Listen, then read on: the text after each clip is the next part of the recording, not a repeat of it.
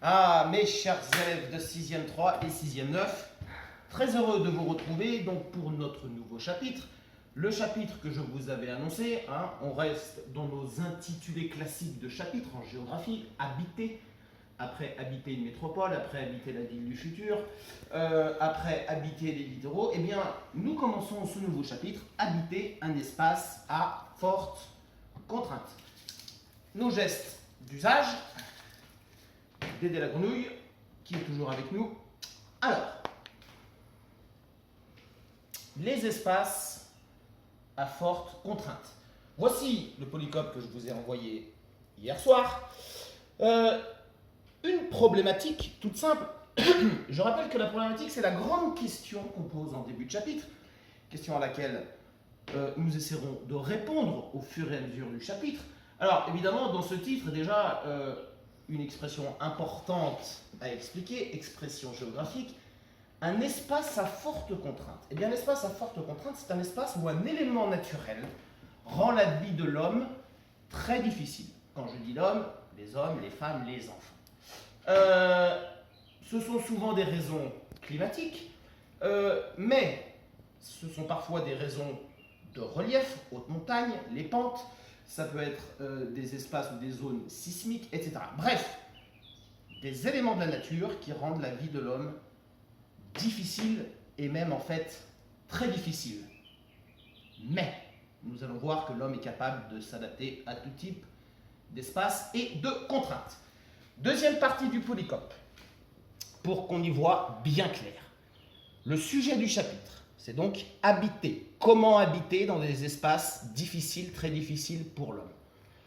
L'objectif, le but du chapitre, eh bien, c'est de comprendre, à travers nos différents exemples, 5 exemples, comprendre que les hommes, en fait, peuvent s'adapter à toutes les contraintes naturelles. Et les géographes nous disent une chose très importante, que souvent nous oublions. Les géographes nous disent qu'il ne faut pas faire de déterminisme naturel. Le déterminisme naturel, c'est quand on considère que la nature détermine tout, détermine la vie des hommes. En fait, ce n'est pas vrai, puisque les hommes sont capables de s'adapter à tous les éléments naturels, y compris les plus extrêmes, y compris les plus difficiles. Donc pas de déterminisme naturel. La nature ne détermine pas tout, l'homme peut s'adapter à des contraintes extrêmes. Notre stratégie d'apprentissage, nous allons procéder comme des enquêteurs. Premièrement, d'abord, connaître les différentes contraintes naturelles extrêmes qui peuvent exister à travers la planète, à travers 5 exemples. Donc en fait, la première étape, ça va être de localiser les 5 espaces que j'ai choisis, 5 espaces où les contraintes naturelles sont très importantes. D'abord, les localiser. Ensuite, pour chacun de ces espaces, repérer les différentes contraintes qui existent. À chaque fois, elles sont différentes. Et enfin, troisième étape, comprendre comment les hommes s'adaptent à ces contraintes extrêmement difficiles. Dans le polycope, je vous ai mis également cette carte qui nous permettra de localiser, de situer ces 5 espaces à forte contrainte, 5 espaces que j'ai sélectionnés, j'aurais pu en sélectionner d'autres. Et dernière partie du polycope, pour chacun de ces 5 espaces, une photographie qui permet donc de voir le paysage de chacun de ces 5 espaces et par là même d'identifier les contraintes de ces espaces. Le travail à faire pour l'instant, donc, c'est de trouver le nom de ces espaces, il y en a 5, et pour chacun de ces espaces, trouver les contraintes. Revenons à notre carte. Alors, l'espace numéro 1, vous devez en trouver le nom. Il s'agit en fait de la plus grande île du monde qui appartient au Danemark. Cette plus grande île du monde est située dans l'océan glacial arctique. Cette plus grande île du monde, eh bien, en hiver, elle est recouverte au 4/5 par un inlandsis, c'est-à-dire une très épaisse couche de glace qui se prolonge sur l'océan glacial arctique par ce qu'on appelle la banquise. Si nous regardons les couleurs sur cette plus grande île du monde, qui appartient donc au Danemark, il faudra en trouver le nom, nous avons un climat polaire. Alors, climat polaire, qu'est-ce que cela signifie? Cela signifie que sur cet espace sévit un froid extrême. Imaginez, en hiver, il arrive fréquemment qu'il fasse moins 40 degrés et l'été, la température ne monte que jusqu'à 4 degrés, voire au maximum 10 degrés. Donc un froid intense. L'hiver, un sol gelé, très peu de végétation, une agriculture impossible, et sur cette île sévit un froid absolument glacial. À vous de trouver le nom de cet espace. Deuxième espace. Vous devez en trouver le nom. Alors, là, c'est peut-être plus facile.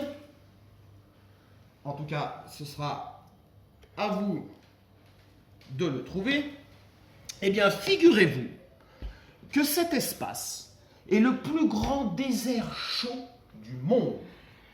Autant le premier espace correspondait à un désert froid, un désert polaire, eh bien nous avons ici le plus grand désert chaud du monde, que ce soit à certains endroits un désert de sable, à d'autres un désert de pierre.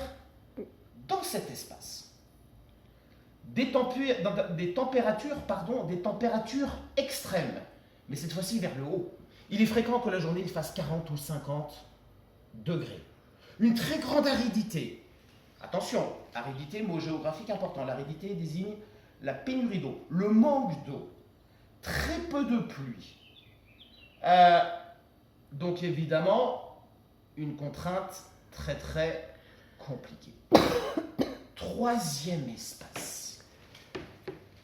Ce troisième espace est en fait un territoire ultramarin français, c'est-à-dire un territoire français hors de métropole, hérité de la colonisation. Pour vous aider, petit territoire ultramarin en Amérique du Sud, avec pour frontière à l'est le Brésil et à l'ouest le Suriname. Sur cet espace, la contrainte est différente. Regardons le code couleur. Nous avons du rouge, climat équatorial. Alors le climat équatorial, c'est un climat particulier. Il fait très chaud toute l'année, très humide, et il pleut pratiquement tous les jours. Conséquence, sur ce type d'espace, nous avons ce que nous appelons une forêt dense, une forêt vierge, une forêt impénétrable où, je le répète, il fait très chaud et humide. C'est un climat difficile à supporter. La chaleur humide est difficile à supporter dans le sens où c'est une chaleur un petit peu suffocante, et ce climat provoque une végétation luxuriante, impénétrable, difficile à aménager pour les hommes. Généralement, en climat équatorial, nous avons une autre contrainte, des moustiques, et des moustiques qui transmettent le paludisme ou la malaria. Voilà. Nous continuons nos espaces à forte contrainte. Quatrième espace. Cette fois-ci, nous sommes en Asie. Un petit pays, vous regarderez un atlas bien sûr pour trouver le nom de ces espaces, un petit pays comme inséré à l'est, tout à l'est de l'Inde, pas très loin de la frontière avec la Birmanie. Alors, cet espace possède une autre contrainte. Regardons le code couleur, orange, climat tropical. Alors le climat tropical se caractérise par une chaleur humide, comme pour le climat équatorial, mais il y a une différence. Nous avons dit, autant avec le climat équatorial, il fait chaud et humide et il pleut tous les jours, d'où une végétation luxuriante, autant dans le climat tropical, il fait chaud et humide, mais il y a deux saisons. une saison sèche où il pleut pas ou très peu, et une saison humide ou une saison des pluies où il pleut énormément. En Asie, cette saison des pluies, nous l'appelons la mousson. Et lors de cette mousson, eh bien, des trompes d'eau s'abattent tous les jours pendant plusieurs mois, ce qui va provoquer des inondations. Et en fait, les habitants de ce pays, dont vous trouverez le nom grâce à un atlas, eh bien, pendant plusieurs mois, une grande partie des habitants de ce pays subissent des inondations et vivent les pieds dans l'eau. Donc voilà la contrainte de cet espace. Nous finissons notre enquête par un autre espace. Cette fois-ci, nous nous situons en mer Méditerranée. En fait, alors la carte n'est pas très précise, j'ai dû rajouter une flèche, mais je vais vous donner une indication. Il s'agit d'une petite île italienne, c'est-à-dire qui appartient à l'Italie, au nord de la Sicile. Et cette île est en fait une île volcanique. C'est-à-dire qu'au centre de cette île, il y a un volcan.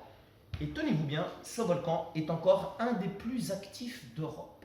C'est-à-dire que régulièrement, ce volcan est en éruption. Pourtant, des centaines d'habitants habitent sur cette île, avec ce risque d'éruption volcanique. Comment font-ils pour s'adapter à cette espèce? Donc, pour finir et pour résumer, 5 espaces à forte contrainte. Chacun de ces espaces a une contrainte différente et à chaque fois un climat différent. Cet espace a un climat polaire, cet espace a un climat équatorial, cet espace a un climat désertique ou aride, cet espace a un climat tropical, et notre dernier espace, cette île volcanique italienne au nord de la Sicile, climat méditerranéen. Donc le travail à faire pour l'instant.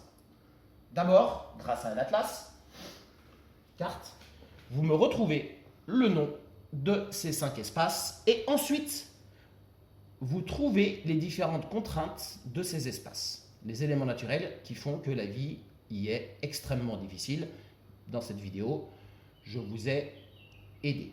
Vous voyez les inondations dont je vous avais parlé au niveau de ce 4e espace en Asie. Vous voyez la forêt vierge, dense, luxuriante du 3e espace. Notre fameuse île volcanique, île volcanique, avec au centre un volcan, et bien figurez-vous que des centaines d'habitants habitent au pied de ce volcan. Mes chers élèves de 6e 3 et de 6e 9, je vais vous laisser, pour aujourd'hui, je vais vous laisser méditer sur tout cela. Et voyez que grâce à la géographie, on peut être physiquement confiné chez soi, mais par l'esprit, on peut se déconfiner et voyager à travers le monde.